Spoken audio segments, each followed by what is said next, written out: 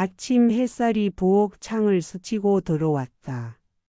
좁은 싱크대 앞에 서서 쌀을 씻는데 손끝에 닿는 차가운 물이 이상하게 서늘하게 느껴졌다.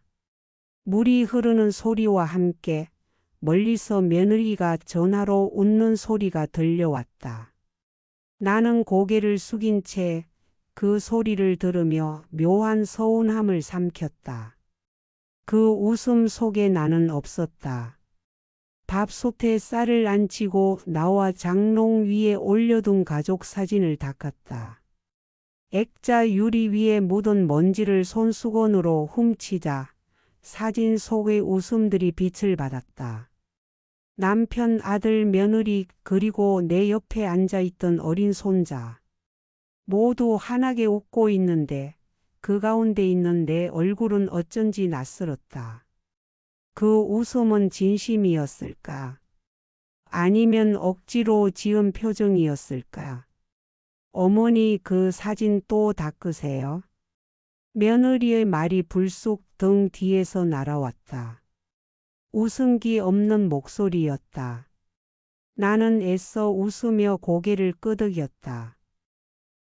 먼지가 자꾸 앉아서. 이 집에서 제일 오래된 사진이잖니. 네, 오래되긴 했죠. 짧고 차가운 대답. 다시 방으로 들어가는 발소리. 나는 멈춰 선 채 사진을 내려다보았다. 오래됐다, 그 말이 가슴 속을 찌르듯 들어왔다. 오래됐다는 건 이제 쓸모가 없다는 뜻일까?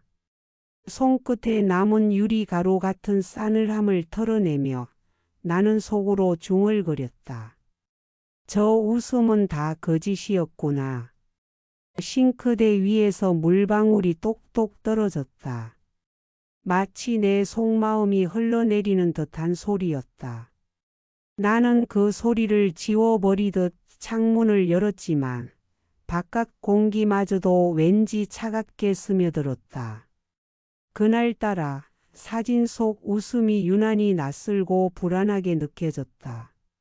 마치 곧 무너질 무대 위에서 배우들이 억지로 미소 짓고 있는 것처럼. 그날 점심 무렵이었지요. 손자가 좋아하는 김치를 썰어 담고 있는데 며느리가 식탁에 앉아 핸드폰을 만지며 말했어요. 어머니, 이제 집안일은 조금 내려놓으셔도 돼요. 그냥 손자만 봐주세요. 순간 칼끝이 도마에 부딪히며 딱 소리를 냈습니다. 나는 아무 말 없이 김치를 접시에 옮겼지만 손끝이 떨리고 있는 걸 멈출 수가 없었습니다. 그 말 들으셨나요? 그냥 손자만 봐라. 그건 내가 이 집에서 할 수 있는 일이 이제 그것밖에 없다는 뜻이겠지요. 아무리 밥을 하고 빨래를 해도, 아무리 남편 약을 챙기고 손자 뒷바라지를 해도 나는 짐일 뿐이라는 거예요. 아들은 옆에서 아무 말도 하지 않았습니다. 묵묵히 며느리 편에 서 있는 듯한 눈빛이었지요. 나는 그 눈빛이 더 괴로웠습니다. 내가 키워온 아들이 이제는 내 편이 아니구나. 그 순간 내 안에서 뜨거운 것이 끓어올랐습니다. 부엌 칼을 쥔 손이 덜덜 떨릴 만큼 칼날에 비친 내 얼굴이 낯설게 보였어요. 씁쓸하게 일그러진 입술, 눈빛에 번지는 울분. 나는 가까스로 숨을 삼켰습니다. 이대로는 안 되겠다. 반드시 무언가 달라져야 한다. 하지만 그땐 말하지 않았지요. 말하면 울음부터 터져 나올 것 같아서요. 나는 그저 부엌에 서서 잘 익은 김치를 얇게 썰며 가슴속 깊은 곳에서 치밀어 오르는 분노를 꾹꾹 눌러 담았습니다. 그날 이후로 나는 부엌 칼을 잡을 때마다 며느리의 그 말이 떠올랐습니다. 그냥 손자만 봐주세요. 그 말은 내 자존심을 잘라낸 칼날 같았지요. 며느리의 그 말 이후로 나는 부엌에 서 있는 시간이 괴로워졌습니다. 칼을 잡을 때마다 손끝이 저릿했고 도마에 부딪히는 소리가 내 마음을 쪼개는 것만 같았지요. 아들은 여전히 말이 없었습니다. 말이 없다는 건 며느리 편이라는 뜻이겠지요. 한때는 내 손만 잡아도 든든해하던 아이였는데 이젠 내 눈을 피하는 게 더 익숙해 보였습니다. 나는 점점 방에 머무는 시간이 많아졌습니다. 장롱 앞에 앉아 오래된 가족 사진을 꺼내보곤 했지요. 액자 속 웃음을 바라보다 보면 문득 눈물이 쏟아졌습니다. 나는 대체 이 집에서 무엇이었을까? 그날도 사진을 닦다가 유리에 손이 베이고 말았습니다. 피가 맺힌 손가락으로 사진 속 내 얼굴을 스치니 낯선 기분이 들더군요. 피로 얼룩진 웃음이 참 슬프게 보였습니다. 저녁이 되어 식탁에 둘러앉았을 때 며느리는 내 접시를 건너뛰었습니다. 아들은 그저 밥만 퍼담으며 고개를 숙이고 있었고요. 손자가 할머니는 왜 안 먹어? 하고 묻자 며느리는 웃으며 말했지요. 할머니는 피곤하셔서 괜찮아. 순간 목이 꽉 막혀 아무 말도 할 수가 없었습니다. 피곤하다니 아니에요.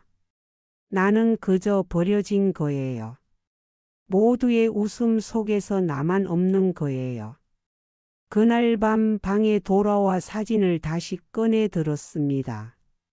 깨끗이 닦으려 했는데 손끝이 떨려서 자꾸만 얼룩이 생겼습니다. 결국 사진을 끌어안고 무너져 울고 말았지요. 내 눈물 자국이 사진 위에 번지며 웃고 있던 얼굴들이 흐릿하게 젖어갔습니다. 그 순간 마음 깊은 곳에서 작은 목소리가 속삭였습니다. 이대로는 안 된다. 반드시 달라져야 한다. 사진을 끌어안고 그렇게 울다 보니 새벽녘이 되어 있었습니다. 방 안은 축축한 눈물 냄새로 가득했고 손끝은 아직도 유리의 차가움을 기억하고 있었지요. 그때 문득 오래된 서랍에서 작은 봉투 하나가 눈에 들어왔습니다. 남편이 살아있을 때 내 손에 꼭 쥐어주며 말했던 봉투. 언젠가 필요할 때 열어보라던 그 말이 떠올랐습니다. 조심스레 봉투를 열었을 때 그 안에는 오래된 은행 통장과 몇 장의 낡은 편지가 들어 있었습니다. 편지에는 남편의 글씨로 이렇게 적혀 있었습니다. 당신은 늘 희생만 했지. 혹시라도 세상이 당신을 몰라줄까봐 내가 조금이라도 남겨둡니다. 그 글을 읽는 순간 심장이 벼락처럼 뛰었습니다. 세상 누구도 내 편이 아닌 것 같던 순간 이미 세상을 떠난 남편이 내 손을 다시 잡아준 것만 같았습니다. 나는 봉투를 가슴에 안고 속삭였습니다. 여보, 나 더는 당하고만 살지 않을 거야. 그날 저녁 일부러 가족들이 모인 자리에서 말없이 식탁을 차렸습니다. 며느리가 내 손을 흘끗 보며 비웃듯 웃었지만 나는 그저 밥을 놓고 숟가락을 가지런히 올렸습니다. 그런데 마음속에서는 이미 모든 게 달라지고 있었습니다. 나는 이제 더는 눈물로만 살지 않을 겁니다. 모른 척하던 아들에게, 며느리에게, 그리고 나를 무시하던 이 집안 모두에게 보여줄 겁니다. 내가 누구였는지, 내가 무엇을 지켜왔는지를. 그날 밤 방에 돌아와 작은 수첩을 꺼내 들었습니다. 하나씩 적기 시작했습니다. 내가 참았던 말들, 그들의 잘못된 행동들, 그리고 내가 지고 있는 비밀들까지. 펜 끝이 종이를 긁을 때마다 내 안의 분노가 차가운 결심으로 바뀌어 갔습니다. 이제는 내 차례다. 나를 무시한 대가를 반드시 치르게 하겠다. 나는 수첩을 쓰며 몇 날을 보냈습니다. 가족들이 내 눈치를 보지 않고 웃고 떠드는 동안 나는 조용히 글자를 새기고 날짜를 적고 하나하나 잊힌 사실들을 모아갔습니다. 그리고 마침내 결심한 날이 찾아왔습니다. 며느리가 친정 식구들을 불러 집안 잔치를 벌이겠다며 호들갑을 떨던 저녁이었지요. 낯선 사람들로 북적이는 거실, 웃음소리가 쏟아지는 그 자리. 나는 일부러 그 한가운데에 앉았습니다. 아들은 당황한 눈으로 날 바라봤지만 나는 미소를 지었습니다. 얘들아, 잠깐만 들어줄래? 순간 방 안이 조용해졌습니다. 웃음소리가 가라앉고 모두가 내 입술을 바라보았지요.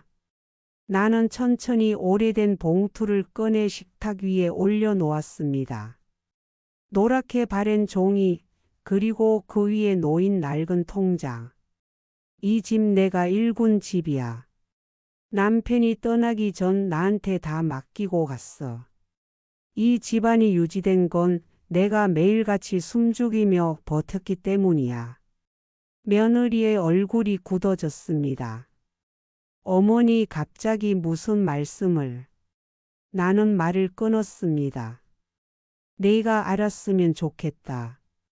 내가 편히 사는 동안 나는 아들의 학비를 위해, 남편의 병원비를 위해 내 손에 굳은 살이 박히도록 일했어. 그리고 내 남편, 그러니까 내 아들. 이 아이 그 빚도 내가 다 갚아줬어.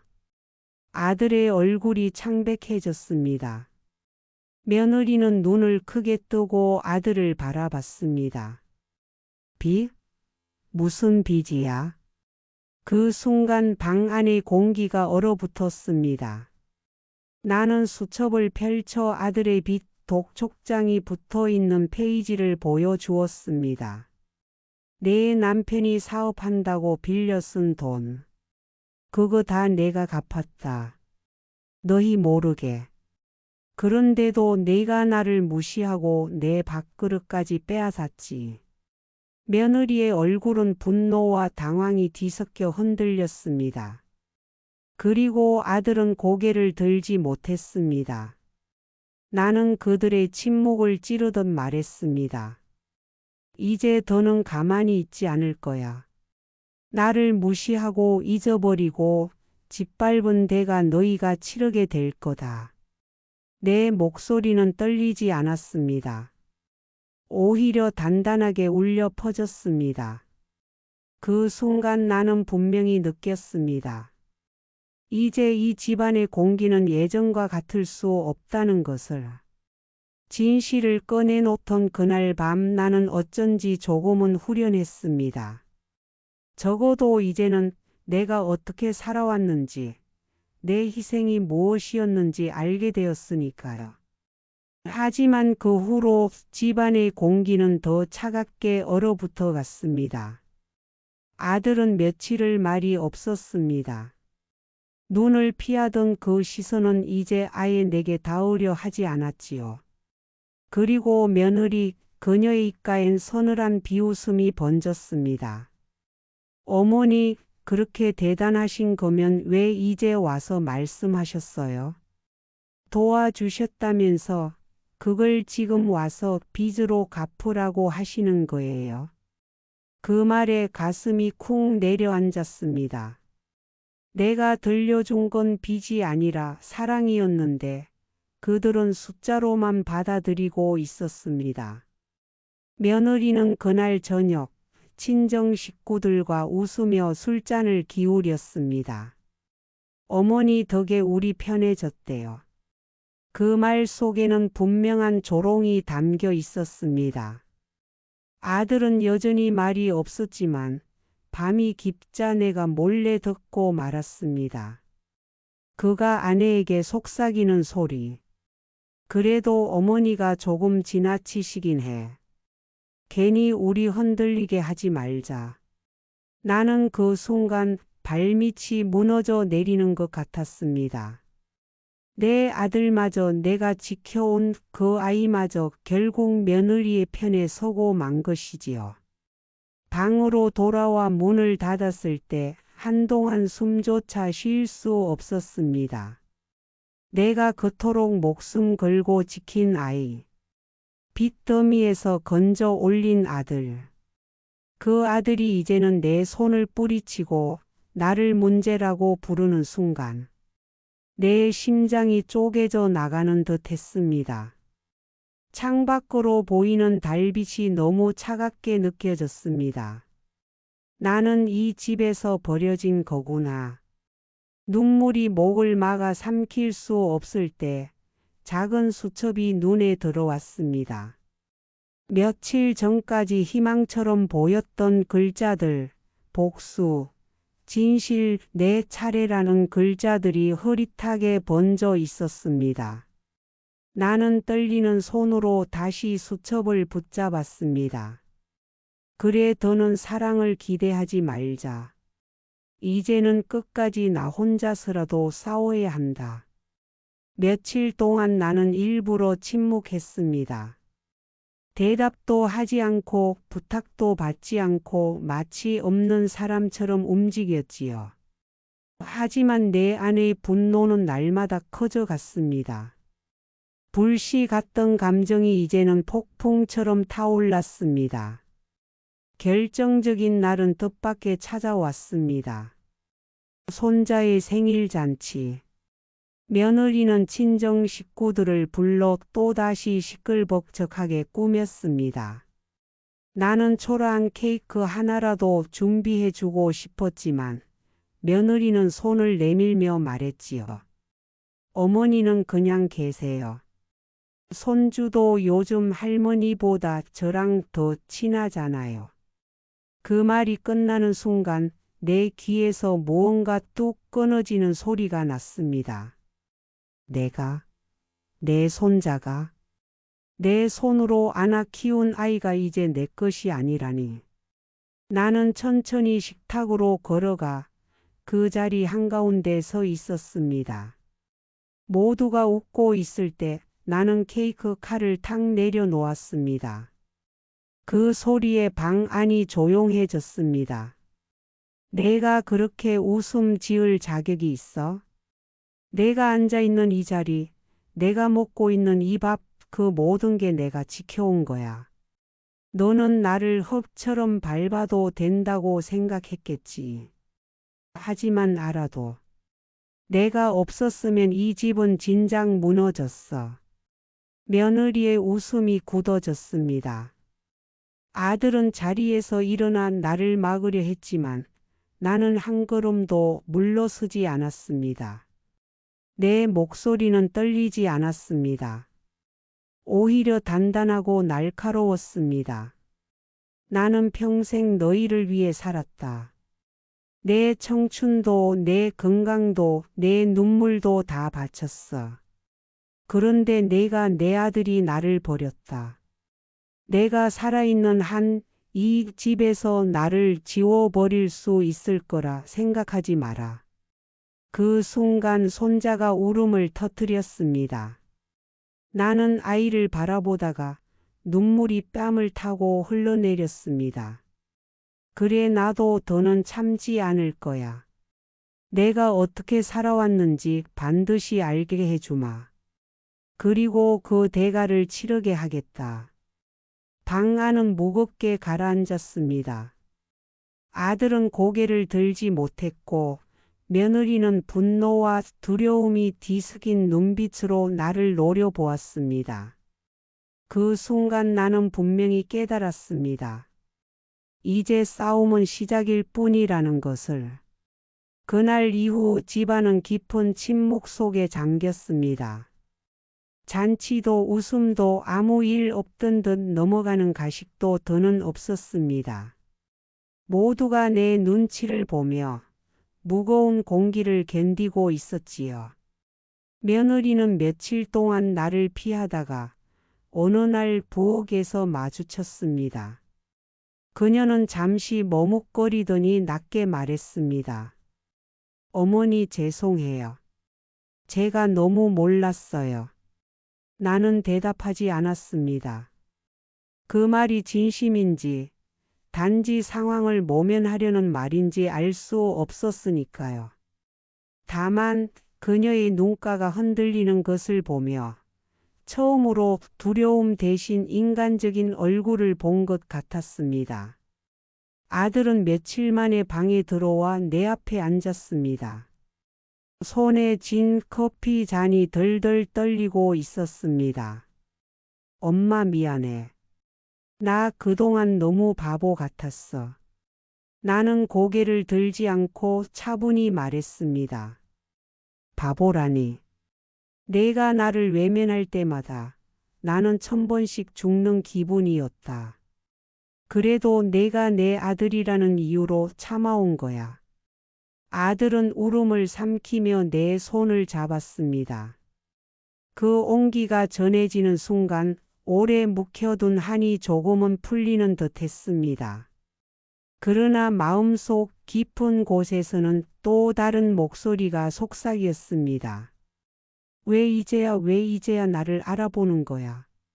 나는 여전히 복잡한 감정 속에 있었습니다. 안도와 서운함, 희망과 공허함이 한꺼번에 밀려와 가슴을 쳤습니다. 며칠 뒤 나는 작은 결심을 했습니다. 낡은 수첩을 덮고 그 위에 이렇게 적었습니다. 나는 아직 살아있다. 이제부터는 나를 위한 삶을 시작한다. 창문을 열자 바람이 들어와 커튼을 흔들었습니다. 햇살이 따뜻하게 들어왔고 그 속에서 나는 오래된 사진을 다시 꺼내 들었습니다. 이번에는 눈물이 아니라 잔잔한 미소가 번졌습니다. 가족은 여전히 완전하지 않았습니다. 갈등이 완전히 사라진 것도 아니었습니다. 하지만 분명히 그들은 내 목소리를 듣기 시작했습니다. 그리고 나는 드디어 나 자신을 되찾기 시작했습니다.